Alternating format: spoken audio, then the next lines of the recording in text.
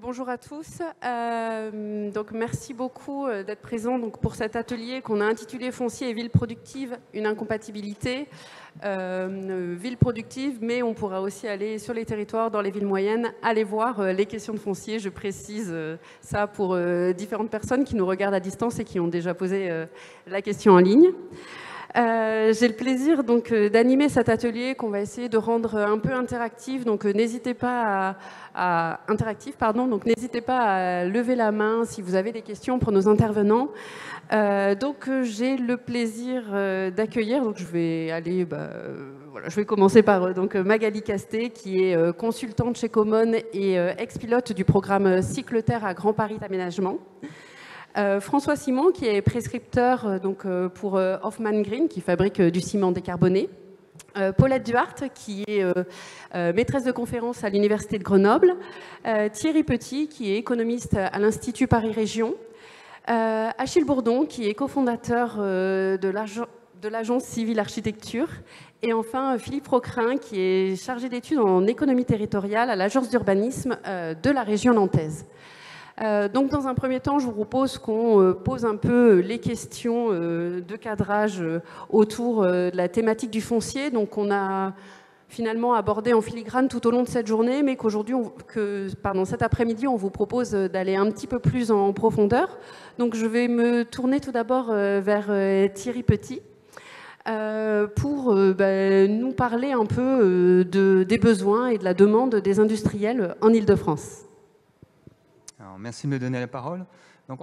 Nous avons, dans le cadre du projet PUCA, nous faisons partie en fait d'une des 9 équipes qui avons répondu et été sélectionnées, avec l'Université de Grenoble-Alpes et le CEREMA.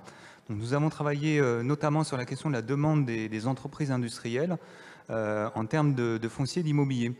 Alors, je vais le faire bref, je vais essayer d'être court. Je crois que j'ai 5 minutes, c'est ça. Il s'agissait en fait d'essayer d'identifier la demande très en amont. On a essayé de travailler à partir de sources un peu inédites, qui sont un cabinet de conseil qui travaille justement sur l'implantation d'entreprises et le conseil au territoire.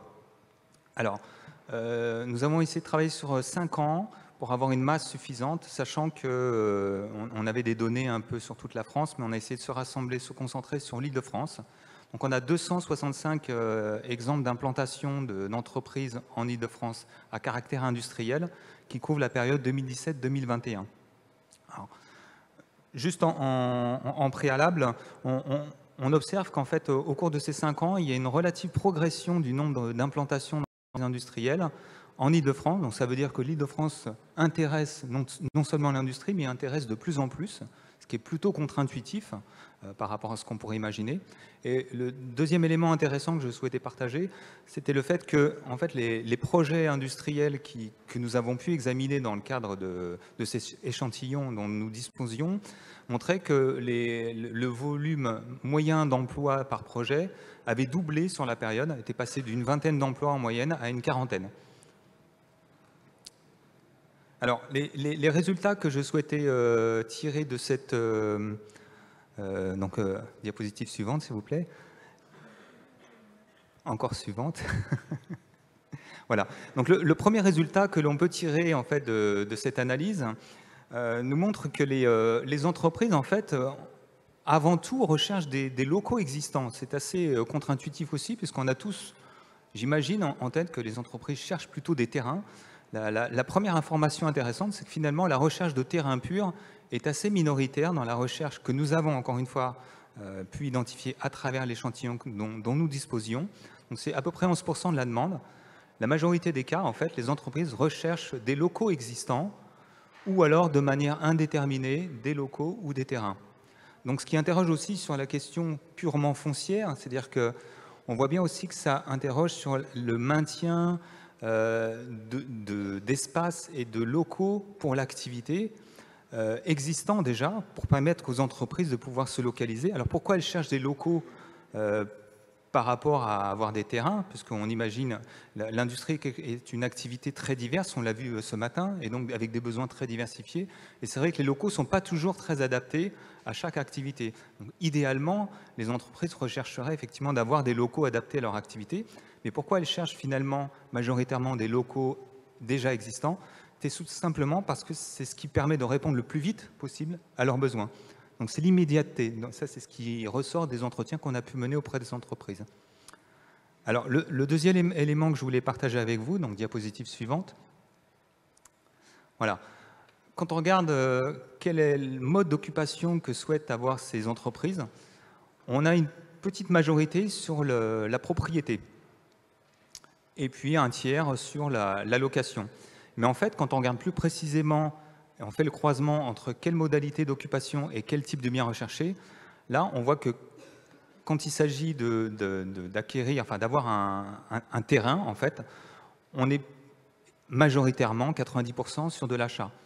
Par contre, quand on est sur des locaux existants, on est majoritairement, mais pas non plus totalement, enfin je veux dire à 56% certes, mais on n'est pas de manière si exceptionnelle dans la location. Et je ne l'ai pas mis ici, mais quand une entreprise recherche un terrain ou du foncier, en fait, à 75%, elle cherche à acheter. Et ça corrobore aussi ce qu'on a pu observer dans les entretiens qu'on a menés auprès d'entreprises, qui nous indiquent soit qui étaient déjà propriétaires de leur terrain et de leurs locaux, soit qui étaient locataires, mais qui avaient une aspiration à devenir propriétaires par la construction ou par le rachat des locaux existants. Alors, autre enseignement de l'analyse que nous avons pu mener, donc diapositive suivante. Quand on regarde qu'est-ce qui déclenche finalement le besoin de s'installer sur un site. Alors, il y a deux principales modalités en fait de création d'un site nouveau, donc de nature industrielle. Ça représente 80% en fait des besoins exprimés par les entreprises toujours dans cet échantillon-là. C'est d'abord la création d'un site industriel, c'est-à-dire qu'une entreprise qui en général est dans sa phase initiale, avait un siège sur lequel il avait, c'est ce qu'on a vu ce matin avec Kickmaker par exemple, où là elle était en phase de maturation. À partir du moment où elle va industrialiser, elle va chercher à créer un site industriel. Donc là, on a une grosse partie de la demande. Et l'autre facteur déclencheur de création d'un site industriel, c'est quand on est en phase de transfert-développement.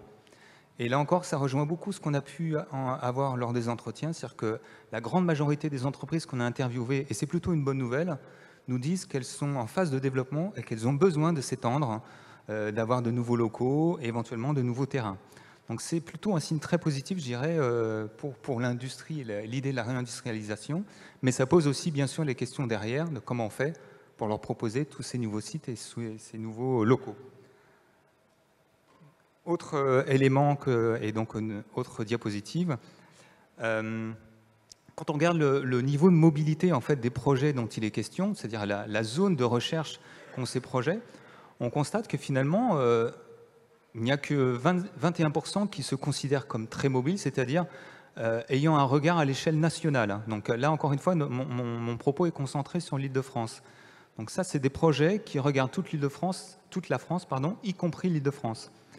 Et le reste des projets, en fait, sont des projets qui regardent principalement l'Île-de-France et éventuellement, dans 31% des cas, éventuellement les marges de l'Île-de-France, donc les territoires qui sont les départements en dehors de l'Île-de-France, aux marges de l'Île-de-France. Donc on voit bien qu'on a des projets qui sont finalement assez moyennement mobiles, voire peu mobiles, parce que tout ce qui est en marron, en fait, ça concerne uniquement l'Île-de-France. Donc là aussi, il faut avoir en tête qu'une grande partie des projets industriels sont des projets endogènes, ou en tout cas qui concernent principalement un territoire. Alors là, j'ai pris l'exemple de l'Île-de-France, mais on le voit aussi sur la région Valence-Romande, qui était un territoire sur lequel nous avons travaillé. Et donc, pour finir, dernière diapositive, là, on a fait un graphique qui montre concrètement quelles sont les demandes des entreprises lorsqu'elles cherchent à avoir du foncier. Donc, on est sur 80 exemples, puisque c'est les demandes qui concernent des entreprises qui cherchent du foncier ou des locaux. Et ce qui est intéressant de constater ici, c'est que finalement, l'essentiel de la demande porte sur des surfaces qui font moins de 2 hectares. C'est-à-dire que, en fait, la médiane, c'est-à-dire que la moitié de la demande porte sur des surfaces de 6 000 m² et moins. La moyenne donc voilà la moyenne, portent sur des surfaces de 20 000 m², c'est-à-dire 2 hectares. Et sachant que 80, si je lis bien d'ici, 83% voilà, de la demande, en fait, porte sur des surfaces de 20 hectares ou moins, et le reste, ce sont des surfaces donc supérieures. Et finalement, il n'y a que 10% de la demande qui ne porte que sur des surfaces, même moins que ça, 7%, qui portent sur des surfaces de 10 hectares ou plus. Donc ça veut dire que finalement, les grandes surfaces demandées sont relativement exceptionnelles, sachant qu'on est sur une échelle de temps de 5 ans. Donc là, on a en fait 6 cas dans notre exemple, 6 cas de demande de recherche de terrain de 10 hectares ou plus. Donc ça veut dire en moyenne, toujours selon cet échantillon, une demande par an à peu près. Merci beaucoup pour cette présentation de la demande des industriels en Île-de-France. Je vous renvoie au document qui a été publié par Intercommunalité de France, auquel a participé d'ailleurs Nicolas Gilliot, qui travaille avec vous sur ce projet de recherche, et Lucas Chevrier, qui a présenté sa thèse juste avant cette séquence, et qui présente aussi les besoins des industriels sur la France entière. Donc, ce qu'on peut voir, c'est qu'il y a l'industrie en France, il y a une demande en termes de foncier. Mais, on le sait, il y a une raréfaction sur certains territoires de certains types de bâtis, de certains types d'espaces, alors même que l'industrie peut être fortement consommatrice d'espace. Donc je me tourne à présent vers Philippe Frocrin. Comment on peut analyser cette, d'une part, relégation de l'industrie en périphérie, raréfaction du foncier, comment on l'interprète et comment on peut l'intégrer à une politique industrielle ? Alors, merci de votre invitation. Je vous propose de prendre quelques minutes pour parler de ce sujet, de l'action foncière en faveur du maintien de l'industrie en ville, mais en l'abordant comme une politique industrielle à part entière. C'est bien une forme de soutien à l'industrie dont on parle au même titre que des aides à la modernisation des usines ou des aides à l'exportation. Il y a évidemment une dimension d'aménagement du territoire, j'en ai bien conscience, mais il me paraît crucial d'aborder ces politiques foncières aussi comme des politiques industrielles pour en apprécier la pertinence, pour en apprécier l'efficience et peut-être aussi pour, d'une certaine manière, clarifier le cadre d'action pour les pouvoirs publics. Alors, qu'est-ce qu'une, entre guillemets, bonne politique industrielle ? Donc, si je prends ma casquette d'économiste, en théorie, c'est simple. L'analyse économique standard nous dit qu'en gros, il y a deux conditions. Donc, il y a une première condition qui est que notre politique industrielle doit corriger une défaillance de marché. Alors, des défaillances de marché, il y en a de toutes sortes. Ce sont notamment des externalités qui font par exemple que les entreprises n'investissent pas suffisamment en R&D, qu'elles polluent trop, qu'elles ne diversifient pas assez leurs importations, leurs approvisionnements, avec des risques de rupture d'approvisionnement pour l'ensemble d'une filière. Pour prendre un exemple qui nous a préoccupés dans les dernières années. Donc là, je dirais que c'est la condition de pertinence de la politique industrielle. Il y a plein de bonnes raisons de vouloir soutenir l'industrie, je vais être très clair sur ce point. La deuxième condition, c'est une condition d'efficience. Pour le dire vite, la politique industrielle ne doit pas être plus coûteuse que la défaillance de marché à laquelle elle cherche à remédier. Donc en théorie, on a deux conditions, c'est assez simple. En pratique, c'est très compliqué à évaluer, même après coup. Alors on a des travaux de recherche tout de même qui se sont menés, qui se sont penchés sur la question dans le cadre d'évaluation de politiques de soutien à la compétitivité coût ou d'évaluation de politiques d'aide à l'innovation. Si j'en reviens maintenant au sujet qui nous intéresse, on a donc des politiques foncières qui visent à sanctuariser ou à libérer du foncier pour les activités industrielles dans le tissu urbain dense, parce que ce sont souvent quand même les métropoles qui s'emparent de cette problématique, avec pour objectif de contrer un effet d'éviction, un effet d'éloignement, un effet de périurbanisation des activités industrielles. Donc très bien, mais en fait, l'idée que ce phénomène d'éviction serait générateur d'externalités négatives sur le plan économique ou sur le plan environnemental très importantes qu'il conviendrait de corriger, cette idée est loin d'être totalement évidente. Alors je m'explique, hein, et ça ne signifie pas que les politiques qui sont mises en place soient néfastes, pas du tout. Mais par exemple, à ma connaissance, on n'a pas d'études qui établissent un lien de cause à effet entre ce mécanisme, ce phénomène de desserrement de l'industrie et le phénomène macro qu'on observe de désindustrialisation. Je ne dis pas que ce n'est pas le cas, hein, mais ça n'a pas été formellement, ça n'a pas été démontré. Sur l'objectif parfois avancé qui est d'atteindre une forme d'autonomie ou d'autosuffisance au niveau des territoires, ça me semble hors d'atteinte. On n'y arrive déjà pas au niveau national, voire même au niveau européen. Même l'argument environnemental peut interroger. Sur le rapprochement des producteurs et des consommateurs, en théorie, c'est tout à fait désirable, absolument. En pratique, ce qui caractérise quand même beaucoup d'industries, c'est le fait que les clients soient très dispersés. Sur le territoire national, à l'international. Ça, d'ailleurs, on le mesure très bien. C'est un fait statistique qu'on mesure. Sur même le rapprochement sur la question des trajets domicile-travail, certes, l'empreinte carbone va dépendre de la distance parcourue, mais elle dépend aussi, et peut-être surtout, du mode de déplacement. Donc on peut très bien avoir des activités concentrées à un endroit et des logements concentrés à un endroit, si elles sont reliées à un système de transport en commun efficace, ce n'est pas nécessairement problématique. Peut-être un autre exemple sur l'effet multiplicateur dont on parle souvent, l'effet d'entraînement de l'industrie sur le reste des activités. C'est tout à fait le cas, tout à fait vérifié. Simplement, on n'a pas non plus d'études qui suggéraient que cet effet d'entraînement soit plus fort dans un territoire dense que dans un territoire qui ne l'est pas. Donc, il me semble qu'on aimerait avoir davantage de travaux de recherche sur ces questions pour y voir plus clair et pour peut-être clarifier, mieux orienter l'action publique. Justement, j'imagine et j'attends de découvrir l'ensemble des réponses qu'on aura sans doute très éclairantes dans cet appel à projet qui a été lancé par le PUCA et la Fabrique de l'Industrie. Alors peut-être donner, parce que le temps de la recherche n'est pas forcément celui de l'action publique, et très modestement, peut-être quelques orientations, quelques principes pour cette action publique. À mon sens, l'action foncière, hein, à mon sens, ces stratégies de mobilisation de ressources foncières en faveur de l'industrie en ville doivent avoir trois caractéristiques, trois critères minimaux. Être clair, être ciblé et être coordonné. Alors, être clair, c'est-à-dire formalisé, c'est-à-dire précise dans leurs intentions, fondé sur un diagnostic économique. Il y a des métropoles, par exemple, à formaliser une stratégie foncière immobilière pour les activités productives. Ça me semble aller dans le bon sens. Ciblé et donc adapté à chaque territoire. Et là, il me semble que la priorité doit être de jouer sur ces points forts, cibler prioritairement les filières d'excellence qui sont déjà présentes sur les territoires.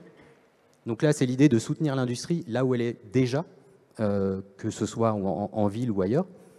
Ensuite, évidemment, il y a un intérêt à mener des politiques visant à favoriser l'implantation d'activités industrielles dans le tissu urbain, mais sans doute des activités qui s'insèrent un peu, je dirais, naturellement assez bien dans le tissu urbain, peut-être des industries de niche, de petites séries, qui se prêtent à la verticalité, qui nécessitent d'être dans un écosystème d'innovation, avec beaucoup de centres de recherche, avec de la main-d'œuvre très qualifiée. Donc ça, c'est le deuxième point. Troisième point, donc des politiques coordonnées. Ça a été dit hein, dans les tables rondes précédentes. Il faut que les territoires se coordonnent davantage pour trouver des solutions foncières au maximum de projets. Et là, je rejoindrai ce qui a été évoqué par Louis Gallois, c'est-à-dire que dans un scénario de réindustrialisation, il me semble que les villes moyennes, en tout cas certaines villes moyennes et certaines petites villes qui disposent d'aménités, qui ont peut-être des marges de manœuvre plus importantes en termes de foncier, ont tout à fait une carte à jouer dans cette stratégie. Donc voilà pour trois 3 pistes d'action. J'évoquerai peut-être un dernier sujet et je m'arrêterai là, qui a été abordé mais qui me semble absolument déterminant dans une optique de moyen long terme, je dirais, qui est celui de l'optimisation, de la modernisation, de la requalification des zones d'activité économique. Et là, c'est un sujet qui me semble à la fois fondamental dans un objectif de sobriété foncière, mais aussi de redynamisation de l'industrie. Et là, pour le coup, les agences d'urbanisme, enfin en tout cas, nous, à l'agence d'urbanisme de la région nantaise, on est tout à fait impliqués sur le sujet, que ce soit avec des outils d'observation pour comprendre un peu les caractéristiques de cette zone, identifier des gisements fonciers dans un contexte quasiment de pénurie foncière dans certaines zones, et également accompagner les collectivités pour permettre de travailler sur ce qui a été mentionné, sur la qualité esthétique, la qualité architecturale de ces zones, sur leur accessibilité, sur la question de leur adaptation au changement climatique. Donc voilà, nous sommes mobilisés maintenant, et je pense encore pendant pas mal d'années sur ces sujets. Merci. Merci beaucoup. Vous venez d'évoquer insertion dans le tissu urbain, vous venez d'évoquer la question de la qualité de l'architecture. Je me tourne donc naturellement vers Achille Bourdon. Donc, votre agence travaille beaucoup en milieu urbain et sur d'anciens sites industriels. Et ma question sera la suivante. Comment, du coup, de par votre métier, et comment votre agence participe finalement à intégrer certaines activités productives.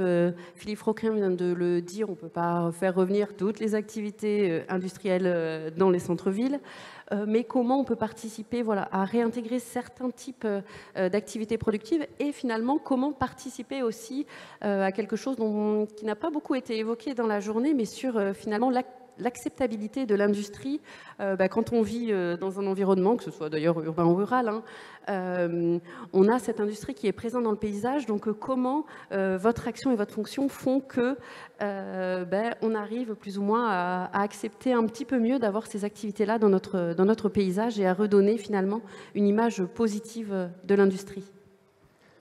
Alors bonjour à tous, merci beaucoup d'avoir proposé de venir contribuer à ce débat. On est, nous, architectes à l'atelier civil, arrivés dans la question de la ville productive par un biais un peu particulier, en analysant le périurbain et en constatant que le périurbain avait historiquement abrité des fonctions qui étaient sujettes à un desserrement récurrent, et donc un territoire qui était un territoire d'avenir, étant entendu qu'il fallait arrêter d'urbaniser et de faire grossir l'aire urbaine en permanence, mais plutôt de l'intensifier, mais tout en gardant les fonctions servantes qu'il abritait, et notamment les fonctions économiques à caractère productif. Nous avons donc défini un peu la question de la production, les filières productives en tant qu'objet d'étude par rapport aux enjeux d'intégration, par rapport aux enjeux de forme urbaine, et intégrant la question industrielle. La question industrielle qui se conçoit par un espèce de maillage très hétérogène. Quand on parle de territoire productif, il y a différentes échelles, différentes filières, différents types de projets à accompagner pour les intégrer dans un système cohérent. Et donc civil signifie système ville, et on s'intéresse à intégrer les filières matérielles dans la ville, au premier rang desquelles les services industriels. Donc si on est un peu moins précis, nous on inclut aussi l'enjeu de la logistique du dernier kilomètre, l'enjeu du retraitement des déchets, et parce que l'industrie partage certaines conditions d'acceptabilité, certaines étiquettes avec ses fonctions. Puisque voilà, on est, nous, partis sur cette aventure de la ville productive très jeune, avec un paradigme un peu rénové, à l'urbanisme des boîtes à chaussures et des zones dans lesquelles étaient reléguées ces fonctions, était posé le paradigme du retour à la ville des fonctions industrielles au sens large, et donc sous des formes rénovées, puisqu'il n'était plus question de s'inscrire dans une espèce d'absence de contraintes, mais tout au contraire, venir réembrasser un champ de contraintes et très fort pour installer des entreprises qui ont comme dénominateur commun, en parlant des services et de l'industrie, la question des flux matériels et du camion poids lourd, de cette de cette, a priori, contradiction entre l'apaisement urbain et puis la nécessité de faire circuler des flux pour accompagner des process de manufacture, de production en tout genre. Et donc, très vite, on s'est donc intéressé à la posture que devait avoir l'architecte dans ce jeu rénové, puisqu'il était question d'avoir affaire à des situations très contraintes et dans lequel la synthèse opère le principal chemin de réussite, c'est-à-dire la capacité de négociation entre des contraintes, des réglementations, des process, des enjeux d'intégration de qualité urbaine à préserver. Et donc, il se trouve on s'est épanoui dans l'idée de faire la synthèse de ce qui devient un espèce de champ de données très très variables à faire se correspondre en augmentant les valeurs d'usage de l'espace, en augmentant la densité des projets, on en parlera un peu plus tard, en valorisant leur capacité à ces projets à caractère industriel de nouer une relation d'échange, parce qu'un projet industriel, de notre point de vue, il est très important de faire la ville avec, de le concevoir comme un élément de l'urbain, avec un risque de nuisance, avec la question de ce que l'on accepte, ce que l'on a accepté, la nuisance automobile, la capacité de gérer le risque. On a eu des expériences malheureuses, mais il n'y a pas que Lubrizol, il y a aussi des boulangeries dans le 10e arrondissement qui explosent. Donc la notion de risque est à relativiser par rapport à des notions d'échelle et de contrôle. Mais, et nous, ce qu'on constate, pour faire court, c'est que le positionnement de l'architecte, nous, on a dû monter en compétences pour accompagner des sujets d'intégration d'activités productives en investissant le champ de l'existant très fortement, tant dans la question des zones d'aménagement économique, les ZAE, à rénover, que dans la question des éléments construits à réadapter à des vocations productives. On a identifié un champ immense d'action de l'architecte avec un repositionnement sur la capacité de faire une itération plus directe entre le programme, le cahier des charges et les possibilités du site, du projet lui-même. Et ça, c'est fondamental parce que l'architecte, c'est énormément installé dans une relation descendante où on reçoit un cahier des charges et on traduit par une forme, parce qu'on a été construit dans une relation à la programmation qui a été souvent comme ça descendante, et on a été obligé de réembrasser une capacité d'interroger les programmes face aux possibilités d'un site, aux difficultés d'acceptation d'un espace, enfin d'un process dans un environnement, à la nécessité de travailler sur des mutualisations et autres. Donc, tout ça, c'est un changement de paradigme assez profond pour nous architectes, et on a été obligé de redécouvrir le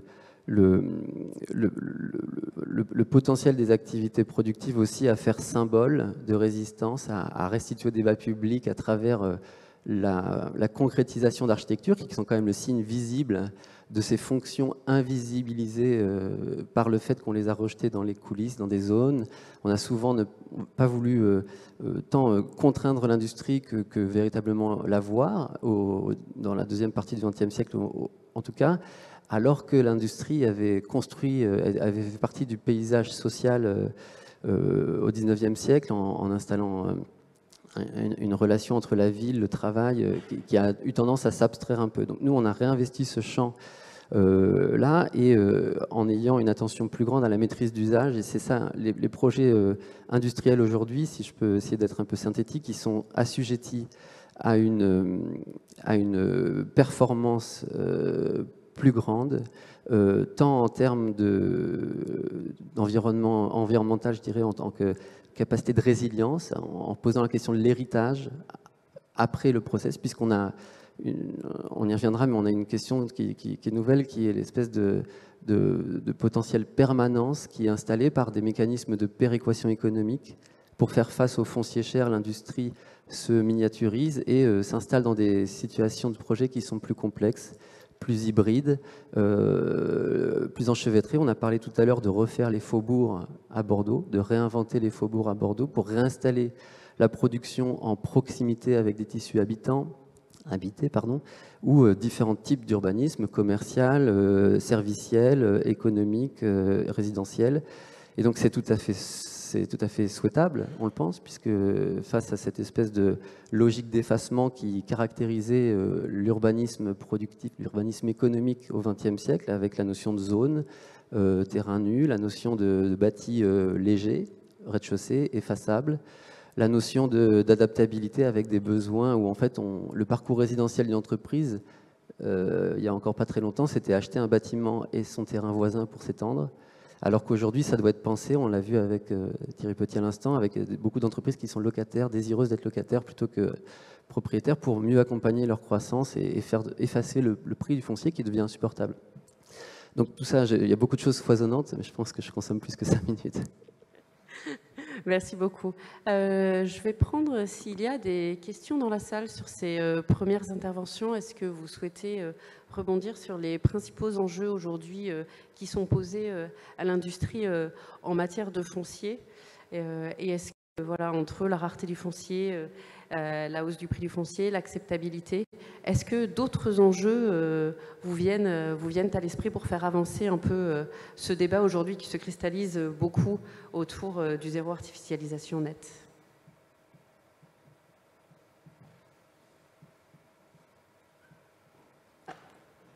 Oui, le micro arrive.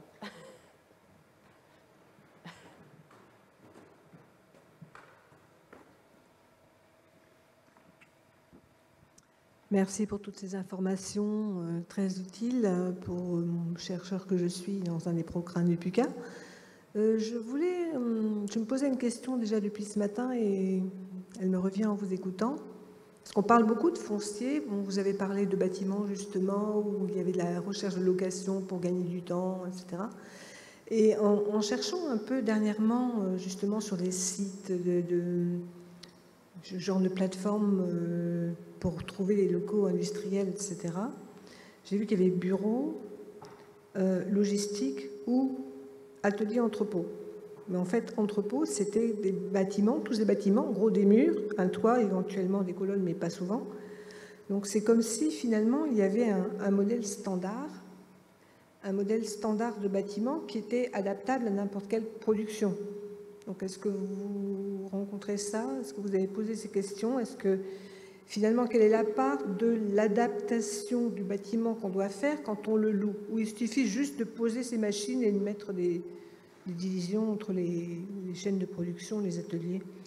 Et donc, du coup, la question suivante, c'était est-ce qu'on pourrait imaginer que des promoteurs qui se spécialiseraient sur les futurs bâtiments à inventer pour cette production urbaine industrielle pourraient concevoir des bâtiments genre standard ou c'est pas imaginable parce que les processus productifs sont trop différents? Des bâtiments standards, mais sous une nouvelle forme que ces entrepôts, là, toits posés sur des murs. Merci.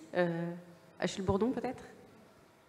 Je vais essayer de faire une première partie de réponse et mon voisin une deuxième. C'est une question fondamentale, la capacité de construire des immobiliers productifs en blanc. Il y a une immense problématique qui dissocie et qui empêche le champ de l'architecture d'être plus directement interpellé ces dernières années sur la question de l'immobilier productif, c'est sa décorrélation avec la temporalité des développements économiques. C'est extrêmement compliqué de connaître les capacités d'un immobilier à être approprié par des entreprises au moment où il est conçu, alors qu'il sera produit pour 3 ans après, et aucune entreprise ne sait identifier, ou très peu, savent identifier leurs besoins à horizon de 3 ans. Donc la question de l'immobilier générique, en blanc, enfin, tel que le vocabulaire dit qu'il est porté par les investisseurs sans le locataire qui va avec, c'est une question absolument centrale, mais qui trouve malgré tout sa réponse dans, comme le mix énergétique sur le séché de l'énergie, la diversité des offres à proposer. Il se trouve que la capacité d'accompagner le parcours résidentiel d'une entreprise, il était fondé sur un principe anciennement qui était ce que j'ai brièvement évoqué, le foncier avec sa réserve foncière et une capacité d'étendre le bâtiment qui était propriété de l'entreprise. Si on parle sur le principe que l'économie de la fonctionnalité nous dicte, de savoir de plutôt louer le bâtiment, et c'est le trajet que font certaines entreprises. La solution devient de pouvoir s'étendre sur les locaux voisins qui seraient peut-être redistribués au sein de plusieurs locataires. Mais en tout cas, il est difficile de concilier une capacité d'évolutivité des bâtiments lorsqu'ils sont dans une forme cristallisée au centre de l'urbain, de la même manière que l'on faisait évoluer les bâtiments prêts à effacement dans les zones d'activité. Toujours étant qu'il y a des possibilités pour accompagner cette solution qui serait de proposer à l'entreprise de migrer vers une offre plus adaptée ou de travailler sur du multisite. C'est comme ça aussi que beaucoup d'entreprises en ville ont fonctionné pour se maintenir et faire face à des besoins qui étaient évolutifs. Il y a la capacité d'analyser l'optimisation des process, c'est-à-dire un vrai problème, c'est comme dans le logement, quand on a un logement qui est trop petit, on ne peut pas supporter d'attendre d'avoir les moyens d'aller transiter vers un autre logement très longtemps parce qu'on est dans un logement très contraint. Une entreprise, si il y a des possibilités de densifier le stock avec des systèmes verticaux, il y a des possibilités de densifier le process qui sont souvent observables et la capacité d'adaptation des process d'entreprise sont très grands, à mon avis, dans beaucoup de cas, pas toujours, mais dans beaucoup de cas. Et donc, il me semble que ce qu'il faut surtout, c'est multiplier l'offre de locaux diversifiés avec une capacité de transfert de l'entreprise, mais dans un périmètre qui est celui de la localisation de sa main-d'œuvre. Ça, c'est donc l'équation absolument. On ne peut pas apporter la réponse très vite, mais voilà le problème. L'immobilier en blanc ne peut être pensé que sur des standards qui ont du mal souvent à correspondre à la diversité des besoins. Le parcours résidentiel est certainement la clé. Ça suppose une offre locative suffisante pour accompagner ça et que les entreprises ne soient pas trop pressurisées sur leurs locaux pour qu'elles ne basculent pas d'emblée dans un mode extrêmement optimisé d'utilisation de l'espace. Voilà, c'est ce que je peux amener comme élément en tout cas. Non, pour compléter aussi, moi je voulais donner 2 exemples qui peuvent aussi éclairer sur ces processus. À Lyon-Paris, donc il y a le projet Usine et autour de l'usine 4.0. Alors c'est une expérience exceptionnelle, on va dire, mais il se trouve qu'ils disposaient d'une halle de 10 000 m² qui n'était pas utilisée. Et donc, en fait, ils ont accueilli une start-up à l'époque qui s'appelle Symbio, qui fait des piles à combustible, de mémoire, qui a pu occuper progressivement l'ensemble du bâtiment au fur et à mesure de sa croissance. Donc là, on a un exemple assez intéressant, finalement, d'occupation temporaire qui s'inscrit dans son parcours, finalement, résidentiel. Et cette usine a eu l'opportunité d'occuper progressivement l'ensemble du bâtiment au fur et à mesure de sa croissance, le temps de construire son usine définitive sur l'agglomération lyonnaise. Donc ça peut être aussi une autre option. Alors je sais bien que c'est pas évident parce que ça veut dire des coûts de portage, etc. Mais d'avoir aussi la possibilité comme ça d'occupation temporaire. On le voit dans d'autres sites où des entreprises peuvent, dans un premier temps, croître sur un lieu et puis ensuite occuper plus définitivement, on va dire, un lieu qui est plus approprié à leurs besoins. Une autre réponse, alors qui n'est pas de l'immobilier en blanc, mais c'est un constructeur, architecte qui s'appelle Alcei, qui a été mentionné d'ailleurs ce matin, qui développe un concept d'usine modulaire. L'idée, c'est en fait de faire en sorte que le site, une fois construit, puisse être transformé. Alors, j'avoue que ce n'était pas très clair pour moi si c'est en cours d'utilisation ou après l'utilisation industrielle, mais en tout cas l'idée c'est qu'on a un bâtiment qui peut être plus facilement transformé au gré des usages. Donc là c'est l'idée de la durabilité du bâtiment. Donc on répond aussi à la question finalement du besoin spécifique de l'industriel face à un produit immobilier qui peut du coup être mieux adapté à ses besoins.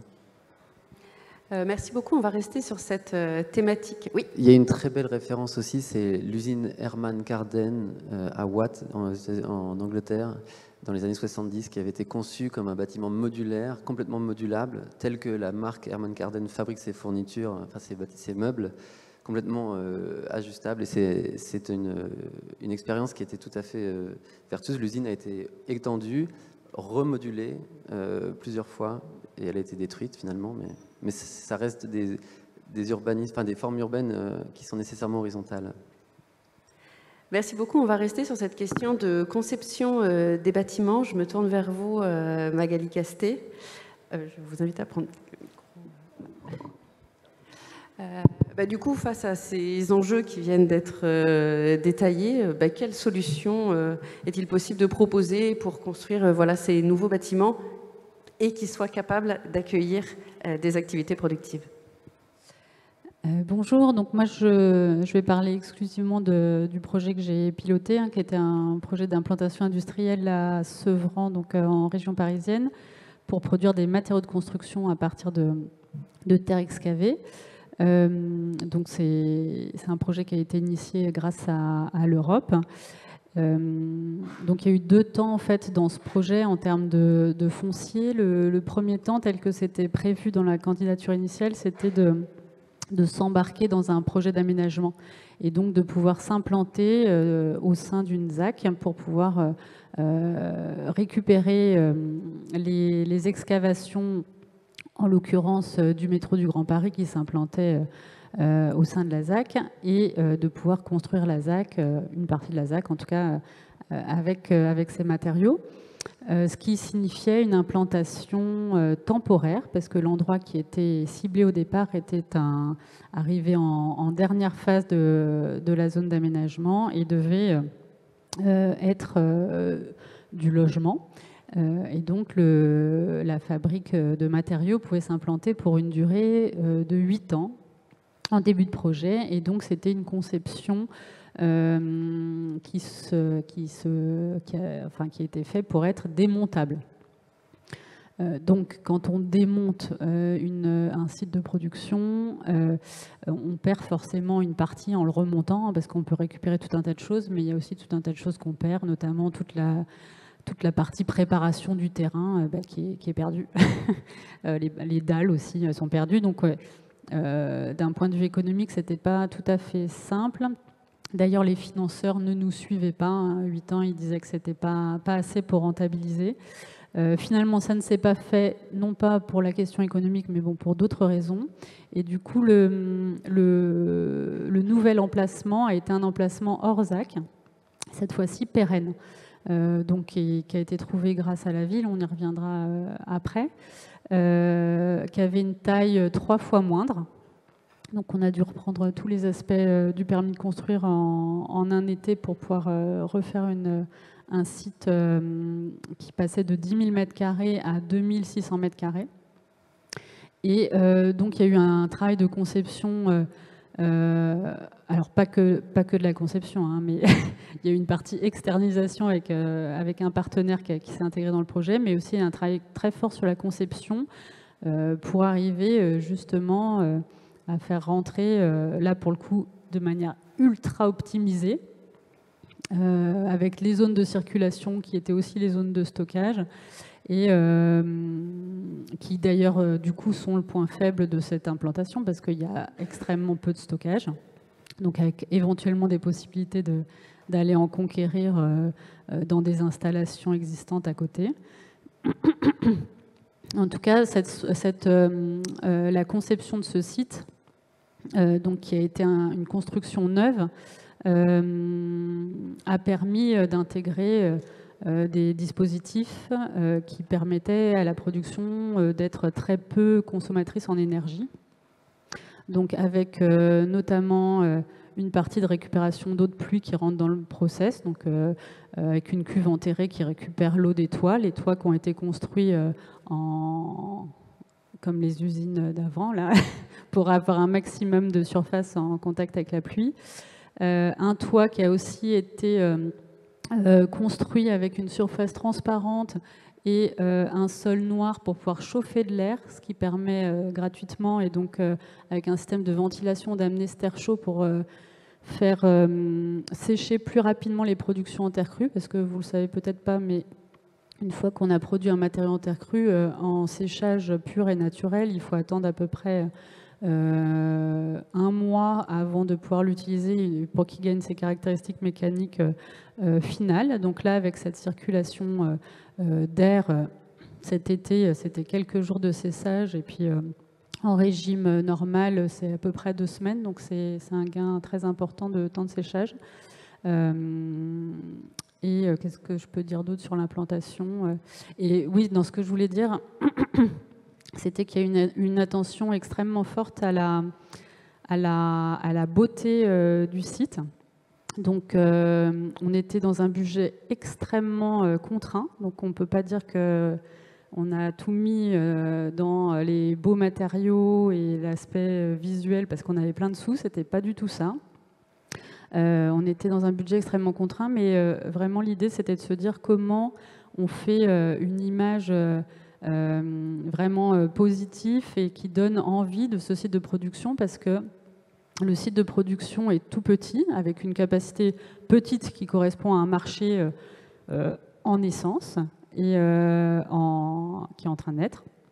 Et donc l'idée c'était de se dire, dès qu'on arriverait à des volumes supérieurs, de pouvoir créer d'autres sites. Donc on est vraiment dans une logique d'être sur un marché local. Donc nous, dans nos fiches de déclaration environnementale, on a dit que notre approvisionnement de terre il était inférieur à 40, enfin même 20 km, et que notre zone de clients, c'est dans un périmètre de 40 km. Donc c'est, enfin, en Ile-de-France, c'est local, mais néanmoins, ça fait quand même beaucoup de monde.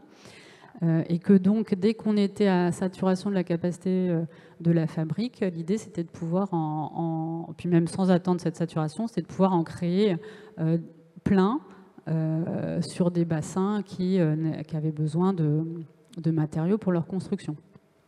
Et donc aujourd'hui, vous pourrez juger de vous-même, hein, mais je pense que c'est un bâtiment qui est vraiment très beau, en bois, complètement, ça rejoint ce que disait Monsieur Bourdon, hyper ouvert sur la ville. L'idée, c'était que les gens puissent voir ce qui s'y passe. Très transparent, c'est dans une zone un peu arborée, une zone d'activité. Derrière, là, il y a les arbres en transparence. On voit les arbres quand on est dans la fabrique, qui est en structure bois. C'est vraiment hyper beau, avec évidemment des murs en terre crue pour faire la promotion du produit aussi. Et puis avec des coursives qui permettent d'avoir des vues. Voilà, donc c'était aussi une volonté, enfin la collectivité a été aussi très contente de cette proposition architecturale, parce qu'on était dans une zone d'activité qu'ils jugeaient être un peu en déclin, avec des activités qui venaient s'y insérer, qui n'étaient pas forcément des activités économiques. Et donc ça participait à la montée en gamme et à l'image positive aussi de la zone. Merci beaucoup. On va rester sur cette question des nouveaux matériaux. Je vais passer la parole à François Simon, donc prescripteur pour Hofmann Green. Écoutez, bonjour à tous. Merci pour l'invitation aujourd'hui.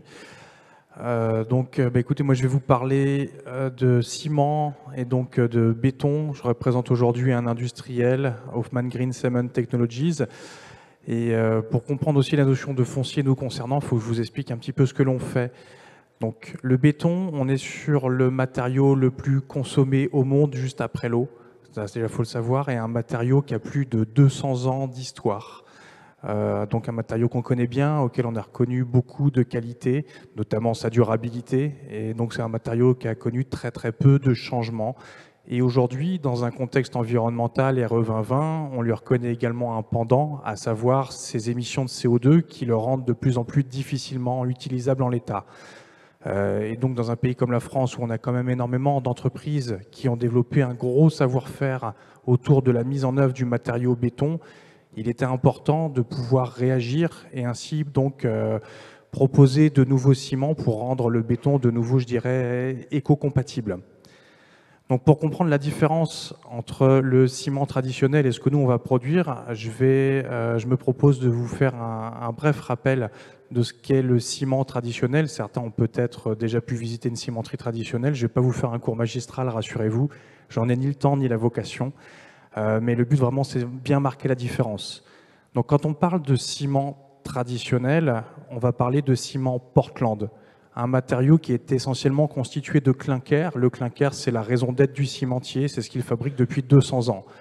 pour produire ce clinker, les cimentiers vont déjà les puiser dans les ressources naturelles avec l'extraction de roches, argile, calcaire, qu'ils vont ensuite acheminer jusque dans leur cimenterie pour les concasser, les broyer, mais surtout les cuire dans des fours très haute température. Vous êtes sur des fours à 1450 degrés qui tournent H24 toute l'année.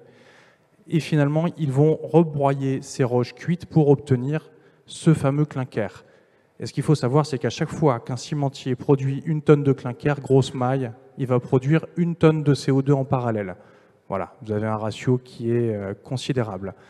Donc chez Hoffmann, on n'a pas souhaité simplement limiter l'impact CO2 d'un ciment traditionnel, on a fait vivre une véritable révolution à ce matériau.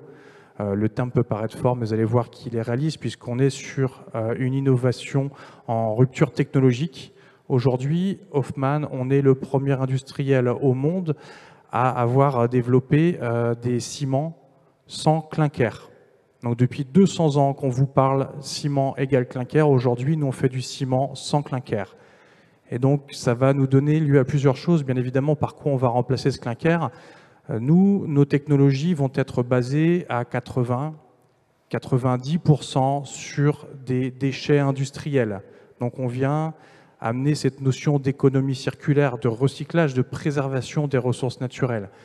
Donc ces produits arrivent, ces coproduits, ces déchets arrivent sous forme de poudre dans notre usine pilote qui est basée en Vendée, hein, parce que comme ça a pu être cité tout à l'heure, Hoffmann Green est une industrie sortie du giron vendéen, donc territoire très, très dynamique s'il en est. Et donc on a ces déchets qui arrivent chez nous sous forme de poudre, mais à cette étape-là, nous n'avons encore que des déchets. Il fallait pouvoir les activer et nous allons les activer sans recourir à aucune étape de chauffe, puisque nous avons développé un système d'activation à froid qui consiste finalement à mélanger à ces déchets en poudre d'autres poudres qui vont être des activateurs et suractivateurs, de telle sorte qu'en bout de ligne, nous obtenons des ciments qui vont redonner lieu à des systèmes de liaison pour après générer donc des résistances, des fluidités qui nous permettent après de formuler des bétons comparables aux bétons formulés avec un ciment traditionnel. Sauf que on va avoir chanté vraiment tous les marqueurs d'un ciment traditionnel.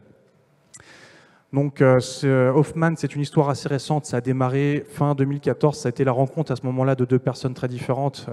David Hoffmann, qui est un chimiste, qui est à l'origine de cette aventure, qui a rencontré Julien Blanchard, qui lui est un entrepreneur vendéen, quelqu'un qui a cru dans cette aventure, et qui a fait une levée de fonds de 75 millions d'euros, ce qui a permis à l'aventure industrielle de démarrer, à David Hoffmann déjà de passer sa recherche et développement à un autre niveau que le fond de son garage où il a démarré, et aussi de pouvoir entamer l'aventure industrielle.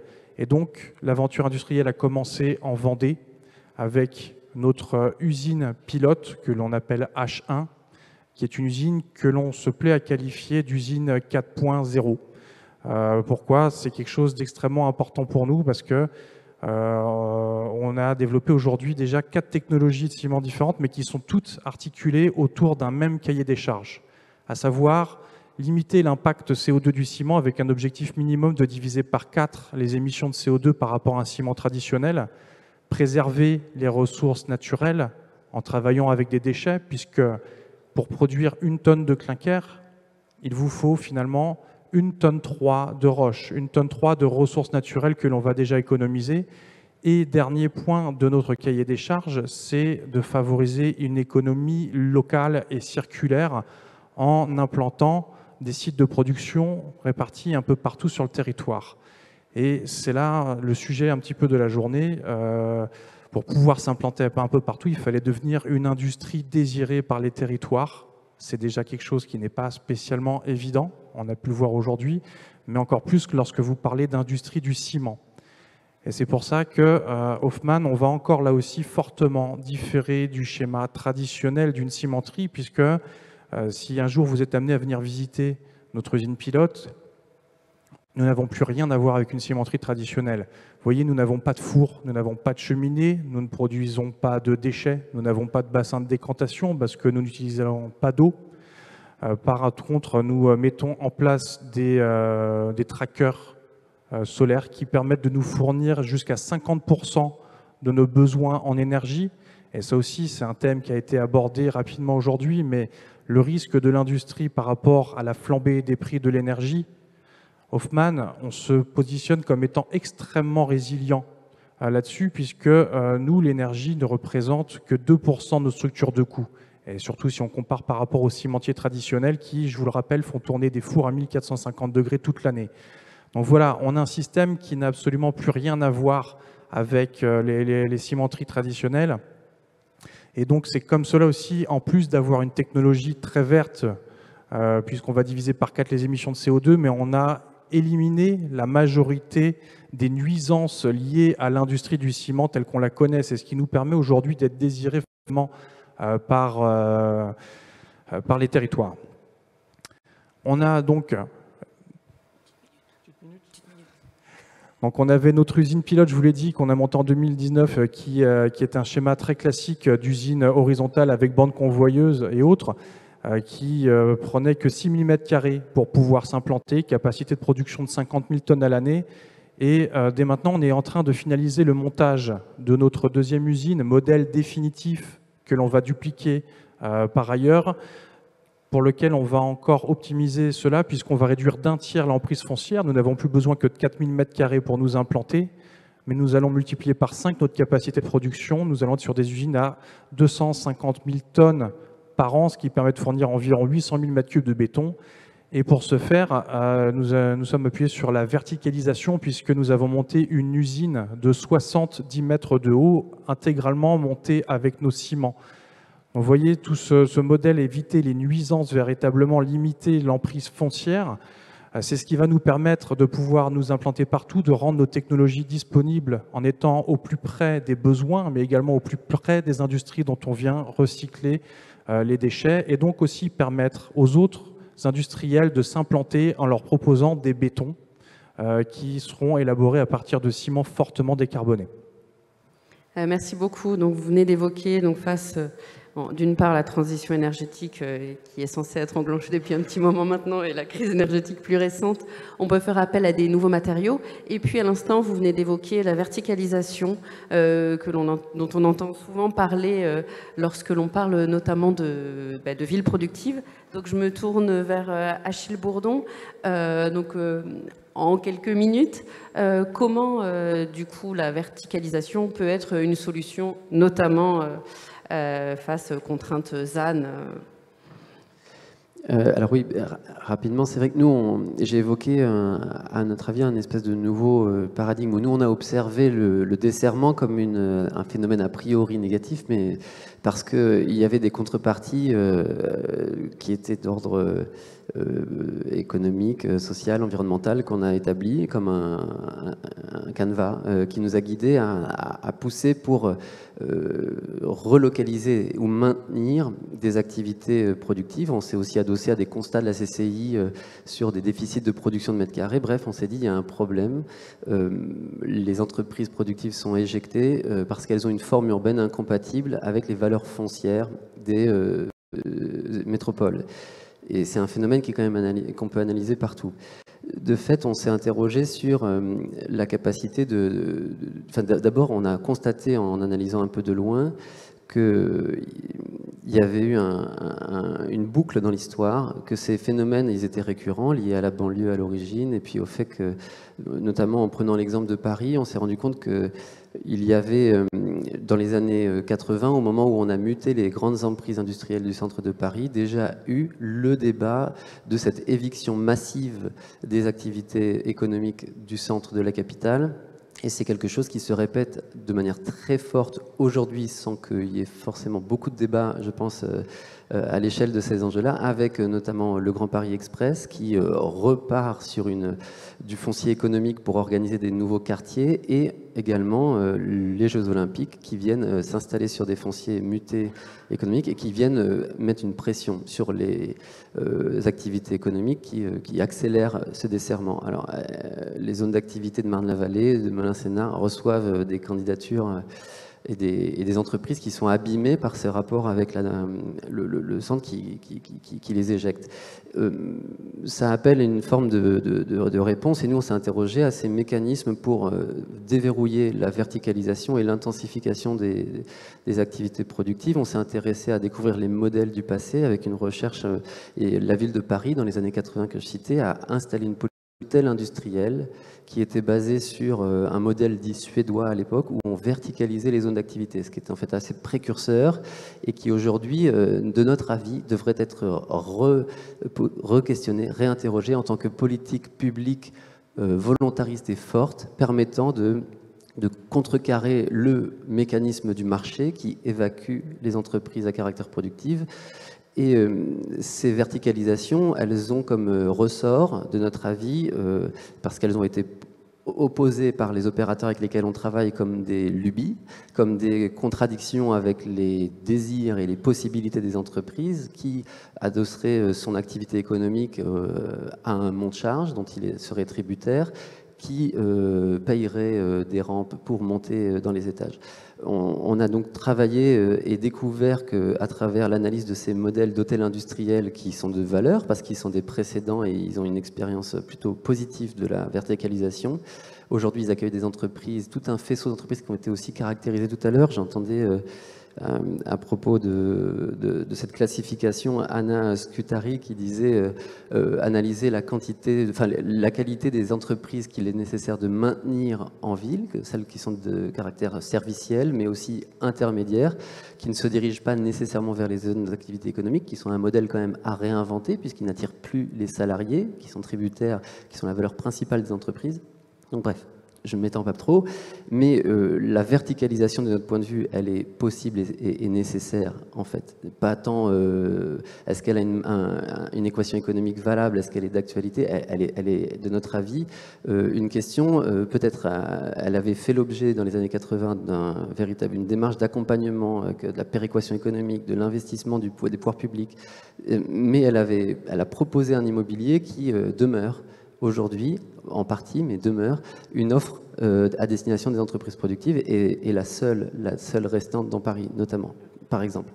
Voilà, donc on pense qu'il faut réinvestir ce champ-là, évidemment, et que ça tient à assurer à ces immobiliers-là une qualité fonctionnelle intègre, parfaite, je dirais, qui, de fait, rassure sur le fait d'accepter des contraintes plus fortes pour les entreprises.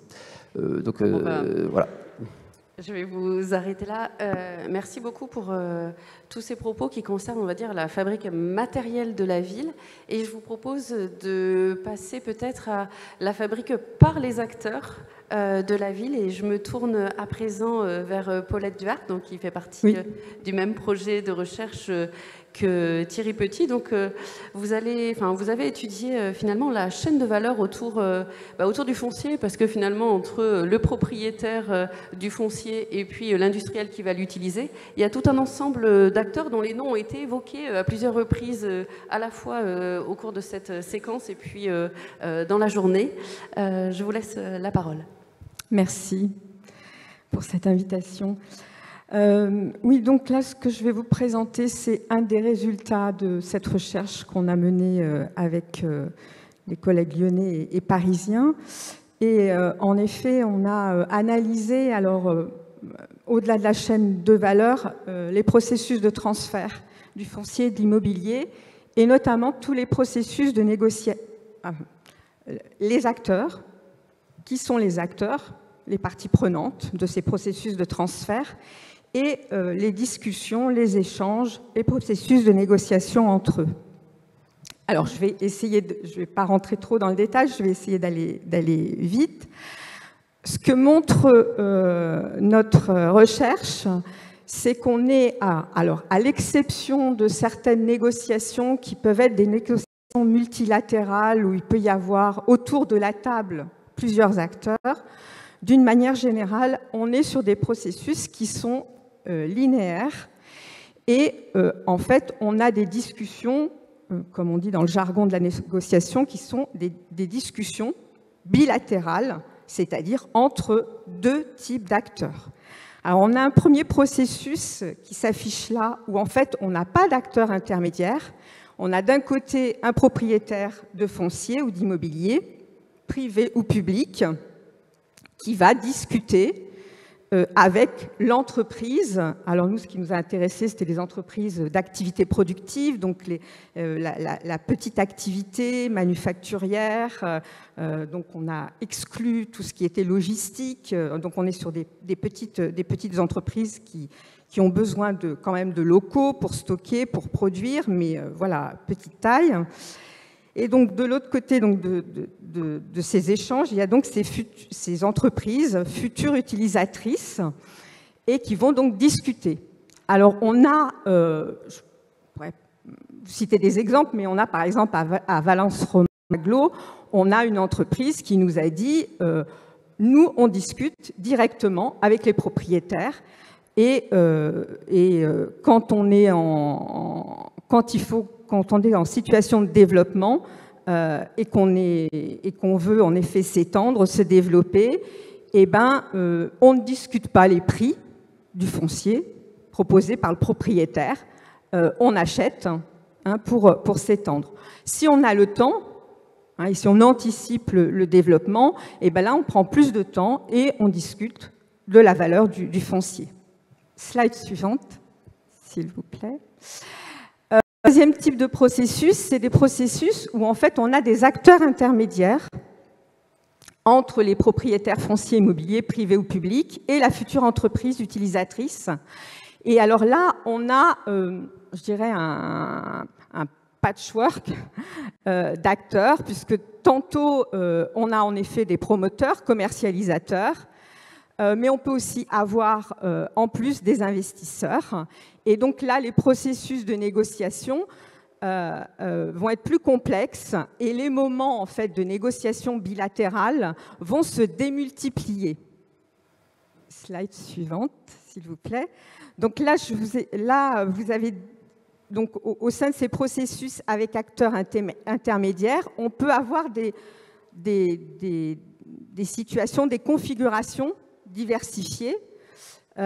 Si on prend l'exemple d'un propriétaire foncier immobilier public, par exemple, donc une collectivité locale qui a acquis du foncier après expropriation ou qui a racheté du foncier, eh ben, elle peut faire appel à des promoteurs, commercialisateurs et après des discussions avec les futures entreprises. Mais on peut aussi avoir dans cette configuration un autre acteur, acteur type investisseur, et on a eu notamment le cas, par exemple à Valence-Romain-Aglo, où il n'y a pas de société foncière. On a des grandes entreprises qui viennent du territoire lyonnais et qui viennent investir à Valence parce que c'est un territoire plus dynamique et donc qui achètent du foncier, de l'immobilier parce que c'est plus rentable, pour faire des coûts financiers, et qui, in fine, n'investissent pas pour des activités productives qui peuvent détourner, transformer ce foncier, cet immobilier, pour accueillir d'autres usages que des usages d'activités productives. Et dans ces processus-là, on peut avoir, et c'est le schéma en dessous, on peut avoir en fait des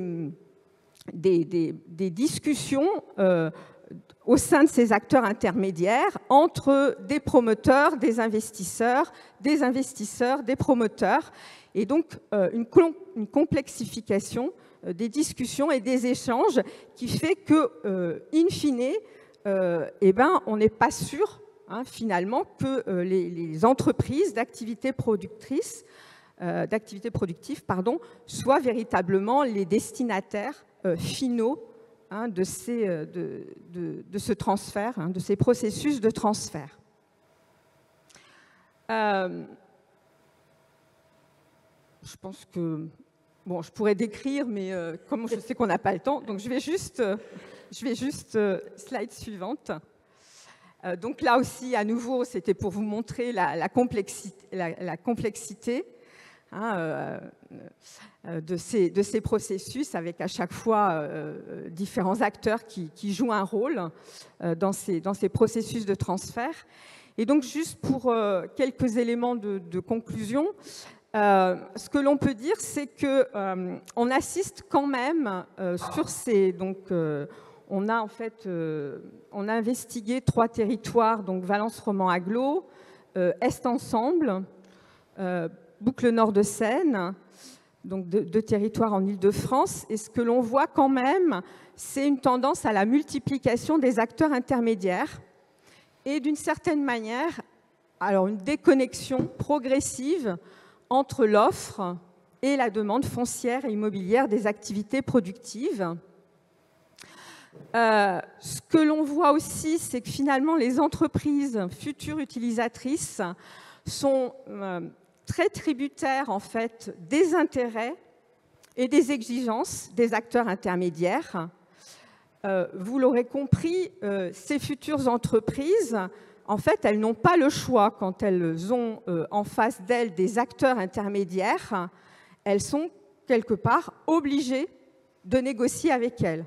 J'ai en exemple à Valence Romand Agglo, dans le cadre de la politique de zone d'activité économique mise en œuvre par l'intercommunalité.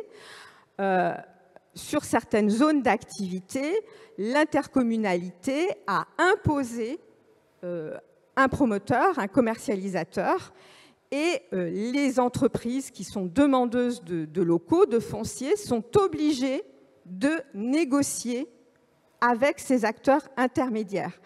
Donc, quelque part, elles sont tributaires voilà, des exigences et des intérêts de ces acteurs intermédiaires qui représentent d'autres acteurs. Et le fait d'avoir affaire à ces acteurs intermédiaires, eh ben, elles ne sont pas sûres d'être destinataires de l'offre. 2 autres points, et je terminerai là-dessus. Il y a de plus en plus une délégation du foncier, de l'immobilier, par la puissance publique, notamment à d'autres acteurs et à des acteurs privés. Et l'apparition ou le développement de l'acteur privé type investisseur fait qu'on a une financiarisation progressive du foncier et de l'immobilier productif. Et je vais me permettre de rebondir pour donner la parole à Magali Casté. Donc effectivement, on observe cette délégation du public vers du privé, mais aujourd'hui, les collectivités ont été beaucoup représentées dans cette journée d'études. Quel rôle on peut donner aux collectivités territoriales ? Alors, dans le projet Cycloterre, ça a été prépondérant, le rôle de la collectivité. Déjà, comme je vous le disais, c'était un projet européen, donc c'était un fonds qui s'appelait Urban Innovative Action, qui avait dit que c'était la collectivité qui devait porter le projet, être responsable vis-à-vis de l'Europe de la bonne mise en place, parce qu'ils avaient identifié que c'était vraiment auprès des collectivités, au final, qui avaient le plus d'idées, d'aménagement et de développement sur les sujets, là en l'occurrence de transition écologique et d'économie circulaire. Et donc, ils souhaitaient vraiment que ce soit un portage de collectivité. Donc là, c'était la ville de Sevran. Et par ailleurs, sur la question du foncier, donc là, on était dans un cas d'une ancienne ville industrielle. Sevran, il y avait beaucoup d'industries jusque finalement assez récemment, jusque dans les années 90. Mais on peut dire que finalement... elle a souffert d'une trop grande efficacité à reconvertir ses friches, parce que nous, quand on n'était plus dans notre scénario initial de pouvoir s'implanter dans la zone d'activité, qu'on a cherché à pouvoir retomber quelque part dans un délai extrêmement court, parce que comme vous le savez, les projets européens, c'est des délais très courts et on ne peut pas négocier d'extension. Donc là, on a cherché désespérément où est-ce qu'il y avait un vieux bâtiment qui restait pour qu'on puisse aller s'y installer très très vite. Bon, il n'y avait plus rien.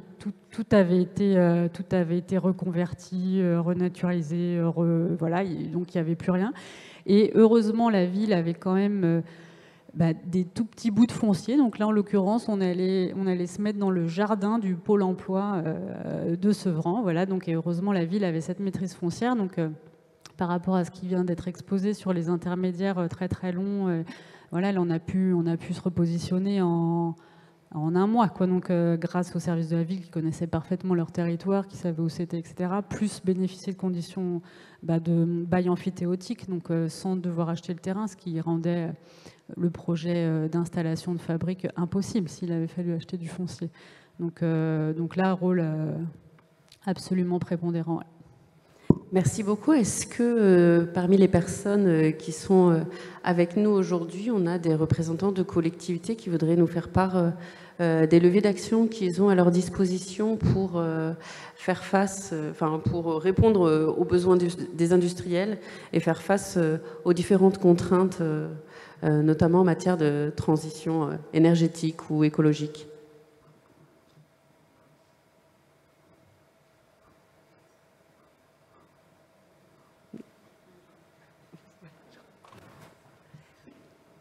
Oui, Thierry Petit.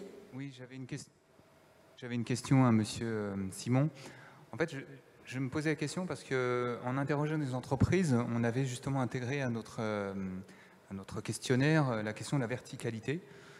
Et assez fréquemment, les entreprises disaient oui, c'est intéressant, mais pour nous, c'est pas possible.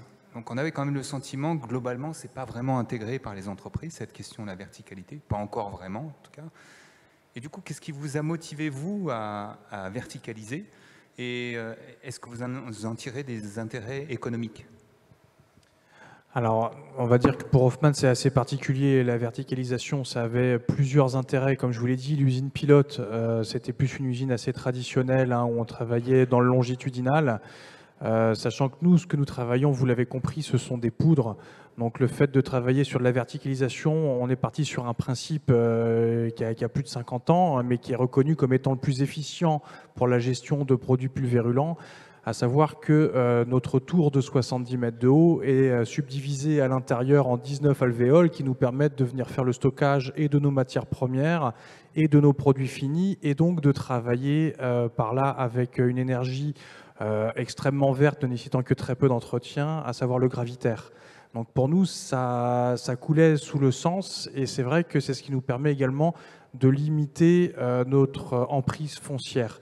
Donc c'est un modèle, la verticalisation, qui est extrêmement bien adapté à Hoffmann.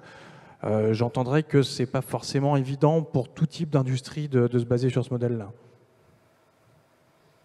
Moi, j'ai une autre question.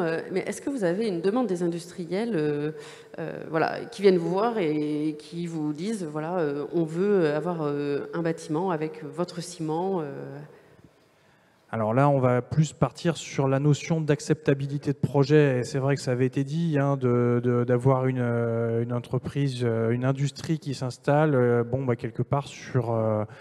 au niveau des riverains, ça ne fait pas toujours plaisir par les nuisances qu'on peut avoir, et beaucoup d'industriels ont besoin d'accroître l'acceptabilité de leurs projets, et par ça, on va avoir des biais comme des labels, le label E+, C-, le label BRIMS, qui vont permettre après de montrer que l'industriel est finalement vertueux, et tout ce que l'industriel pourra mettre en œuvre pour afficher un aspect extrêmement vertueux lui permettra de pouvoir s'implanter plus facilement, et donc nos technologies venant limiter fortement l'impact CO2 de l'entreprise, forcément il y a un intérêt de la part des industriels concernant nos technologies. D'accord, merci. Et j'ai aussi une question pour Paulette Duhart, s'il n'y a pas de questions. Du coup, lorsque vous allez voir les différents acteurs, et si je reviens sur la question que j'ai posée, quelle place pour les collectivités? Est-ce que les collectivités ont une marge de manœuvre dans cette chaîne de valeur-là? Est-ce que, et une autre question, c'est est-ce que cette chaîne de valeur-là, elle varie d'un territoire à un autre? Je sais que vous avez comparé plusieurs territoires, si je ne me trompe pas, dans le cadre du projet Ville Productive. Est-ce que la chaîne de valeur que vous avez montrée, elle est aujourd'hui systématique sur chaque territoire, ou alors on peut avoir des chaînes de valeur un peu raccourcies? Et là, je fais le parallèle un peu avec les chaînes de valeur Made in France et chaînes de valeur internationales. Est-ce qu'il y a moyen de raccourcir finalement cette chaîne de valeur pour éviter cette financiarisation croissante? Alors bon, je ne sais pas si je serais capable de répondre sur la question des valeurs, en tout cas sur la valeur économique, mais en tout cas sur la question de la chaîne ou du processus. Les collectivités locales, nous, ce qu'on a vu sur nos 3 territoires, c'est qu'elles ne jouent pas tout à fait le même rôle. Alors, peut-être pour caricaturer, nous, en tout cas, en comparant Valence Roman Agglo, Est Ensemble et Boucle Nord de Seine, on a l'impression que Valence Roman Agglo essaye de jouer un rôle primordial dans ce transfert par ses politiques de ZAE, par le PLUI, etc. Et qu'elle essaye en effet de peser dans ces zones d'activité, de fixer les prix du foncier, etc. Et donc qu'elle est, je dirais, un peu plus volontariste que les 2 autres territoires. D'accord, ben on attend les résultats de vos recherches. Oui, je vais prendre une question. Alors, le micro, ouais, merci. François Noisette, à l'Inspection générale de l'environnement et du développement durable. Si on parle de chaîne de valeur, les collectivités locales ont quand même un moyen pour peser sur la chaîne de valeur dans l'autre sens.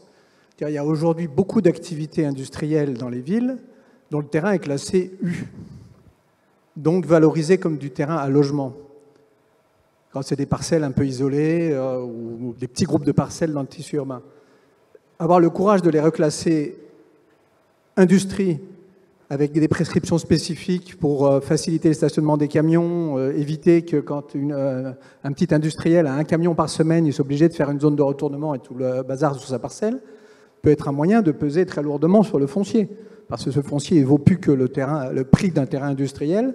Et donc, oui, on n'y fera jamais de logement, mais ça permettra peut-être aussi d'éviter les coûts de transformation de ce terrain en terrain à logement, avec la dépollution et tout le reste.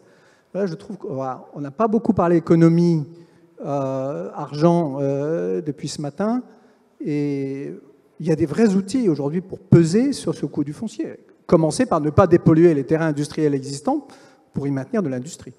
Parce qu'il faut beaucoup moins dépolluer pour maintenir de l'industrie que pour transformer en logement ou en crèche. Et ces dépollutions sont toujours payées par le public. Oui, Thierry Petit. Non, pour réagir à ce que vous venez de dire, effectivement, quand on regarde, je reprends l'exemple de Lyon-Paris que je citais ce matin, tout à l'heure, pardon. Ce qui est intéressant dans ce cas-là, c'est que c'est un site industriel donc, qui a été en partie cédé par un industriel en collaboration avec la collectivité, donc avec une négociation de long terme. Et ce qui est intéressant, c'est que la collectivité a bien fait comprendre à l'industriel dès le départ, mais même déjà il y avait un intérêt à l'industriel aussi à conserver une vocation industrielle, c'est-à-dire qu'il n'y a pas un changement de destination.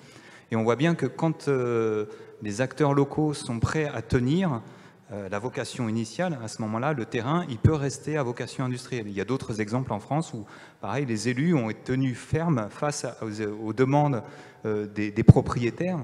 Et d'ailleurs, parmi les acteurs du foncier, il y a aussi les industriels eux-mêmes qui cherchent à valoriser au maximum leur terrain quand ils sont en train de le vendre. Il ne faut pas non plus avoir une vision angélique, c'est-à-dire que certains industriels sont eux-mêmes les acteurs du renchérissement du coût du foncier.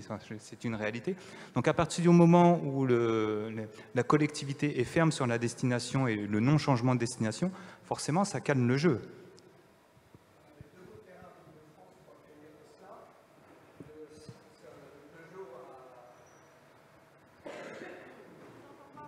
À Limay ? Non, en Seine-Saint-Denis, à Sevran à côté. Et puis, on avait le terrain Renault, complètement transformé en logement et en bureau. Il y avait tout ce qu'il fallait, des dessertes ferroviaires, tout ce qu'il faut pour installer Tesla. Hein, et l'alimentation électrique qui allait bien aussi. Hein.